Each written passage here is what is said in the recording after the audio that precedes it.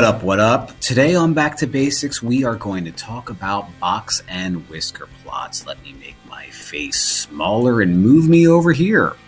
This is a box and whisker plot. It is a way to show data with an entire range and throw it all on a number line.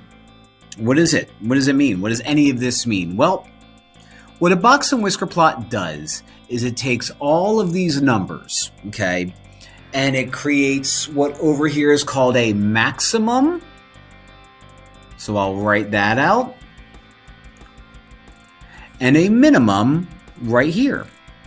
So if I were to list out all of, like if I were to play something realistic, a bunch of games in the NBA. And like I had 10 games where like in one of the games I scored like 48, in another game I scored like 39, in another game I scored blah, blah, blah, blah, blah. I could use a box and whisker plot to say, well, my biggest was like, let's just say 82 points and my lowest was that 38. My maximum is that number, my minimum is that number. But what's all this other, what are these things? Well, these are the whiskers. That's the box.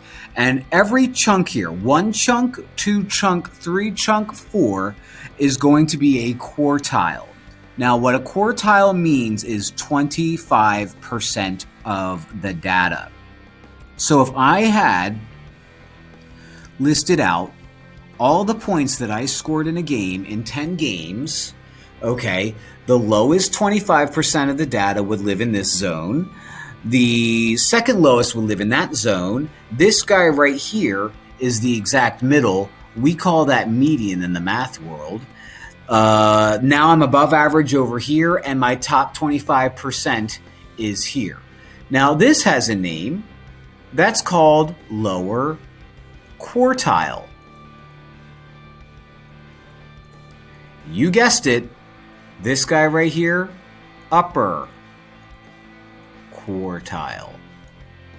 That's supposed to be a U, upper quartile.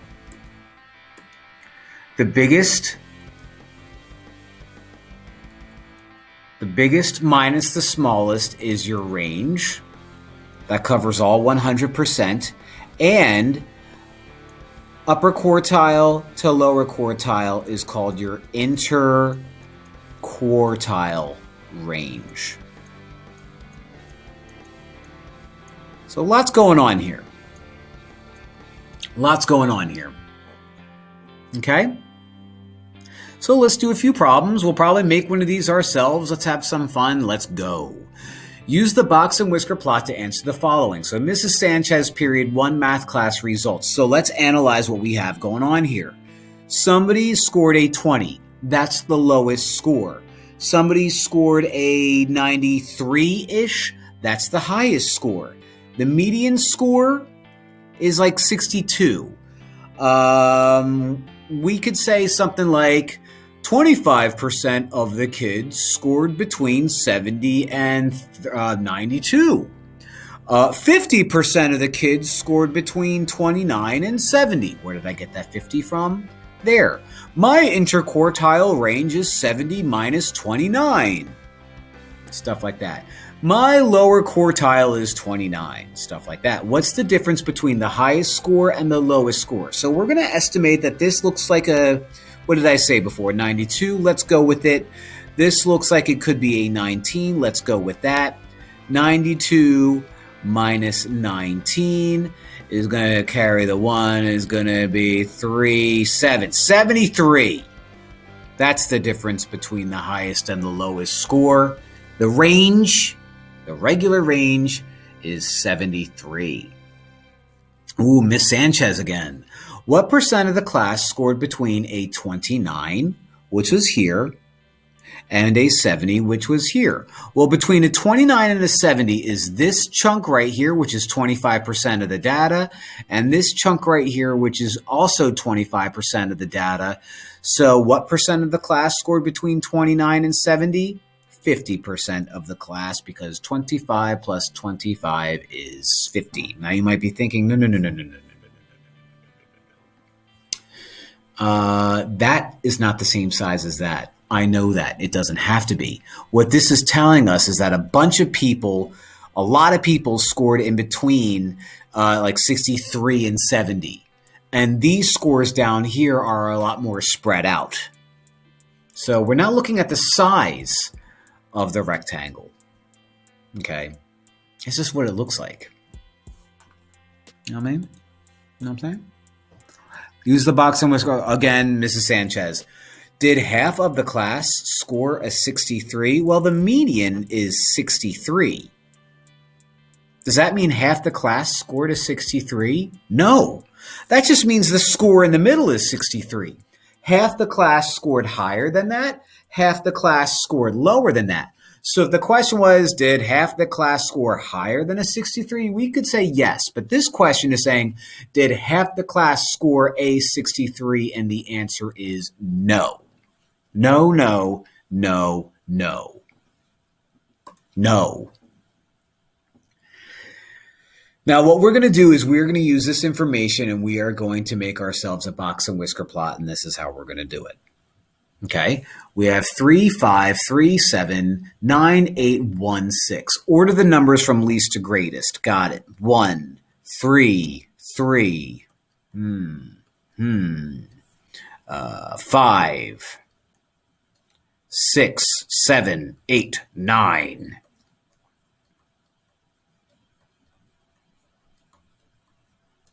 Find the median. All right, how many numbers do we have? 1, 2, 3, 4, 5, 6, 7, 8.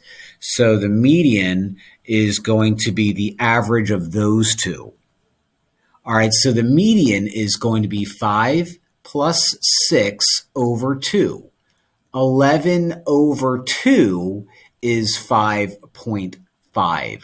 So the median, so let's get rid of you. I don't need you. Look like a stapler. I don't need you anymore. The median is 5.5.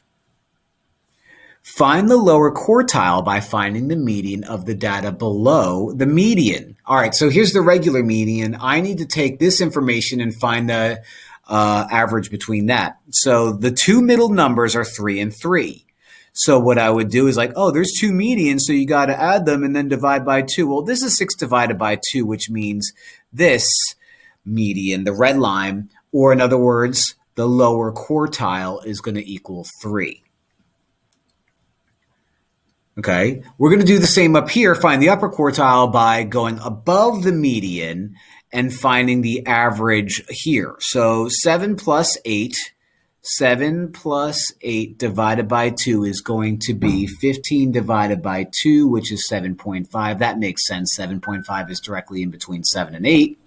And now we have all the information we need. All the information we need. I know that you are the minimum. It's also called the lower extreme, by the way. You are the maximum, called the upper extreme. And I have enough information to do everything I need. So let's create a Box-and-Whisker plot. Let's start at 0 and go up to 10. So 0, 1, 2, 3, 4, 5, 6, 7, 8, 9, 10, and we'll throw an 11 in there for good measure. My minimum is 1. My lower quartile is 3.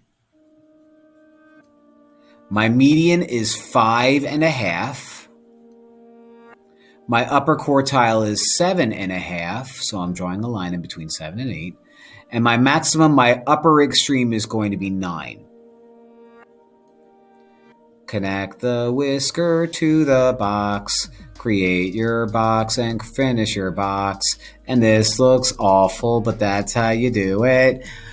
Yay. Let's move that out of the way. So we just created a Box-and-Whisker plot. Yeah. I'm trying to fix the way it looks by doing that, and I'm not sure that helped. But it doesn't look that bad. I mean, it doesn't look good. It doesn't look that bad, though. Yeah, that's better. That's better. Yeah. Yeah. What do we got next? Make a Box-and-Whisker plot. All right. So I have a bunch of numbers. I've got 26, 27, 27, 29, 29, 29, 29,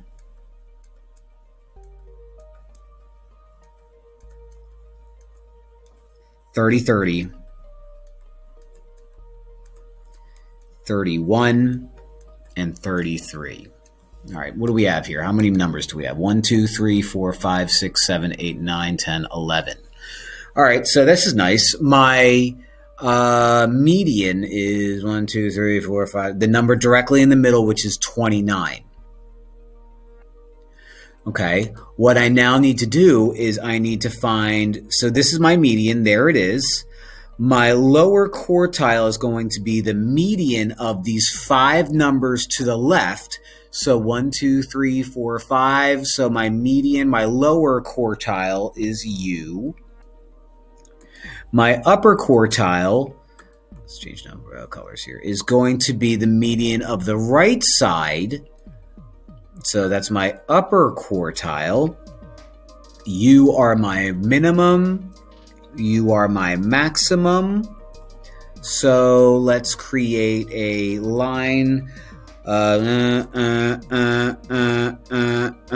I have enough? 26, 27, 28, 29, 30, 31, 32, 33. Perfect. 26, 27, 28, 29, 30, 31, 32, 33. My minimum is 26. My lower quartile is 27. My median is 29. My upper quartile is 30. And my maximum is 33. Connect, connect, connect, connect.